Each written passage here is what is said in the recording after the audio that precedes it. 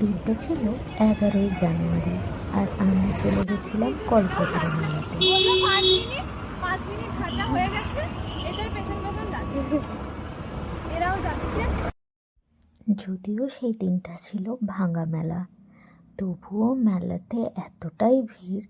দেখো, সবাই মিলে হেঁটে হেঁটে যাচ্ছি। সত্যি কথা বলতে কি, মধ্যে রাস্তায় নামিয়ে দিয়েছে বাসটা, আর বুঝতেই পারছিলাম না যে কোন দিক দিয়ে যেতে হবে বা কতটাই হাঁটতে হবে।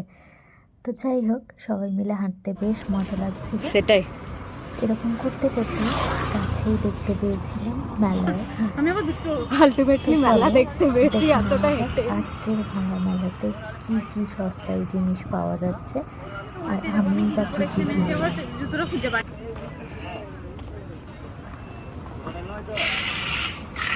আমাদের জন্য তো নাগরদোল্লা গুলো চলবে না দিনের বেলা। ও ভাঙা মেলা না কি?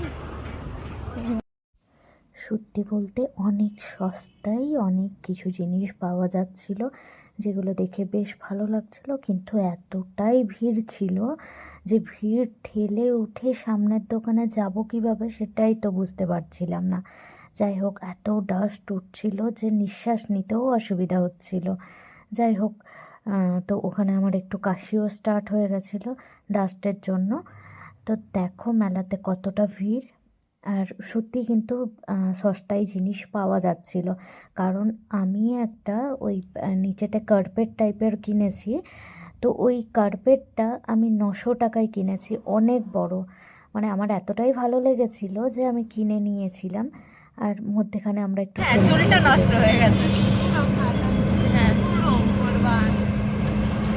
আর মেলাতে অনেক কিছু জিনিস কিনেছি, দেখতে পাচ্ছ, মানে সব কিনে নিয়েছি মেলাতে। আমরা যেহেতু অন্য কোথাও পাবো না বলতে, কোথাও পাওয়া যাবে না, মেলা গেলেই পাওয়া যাবে।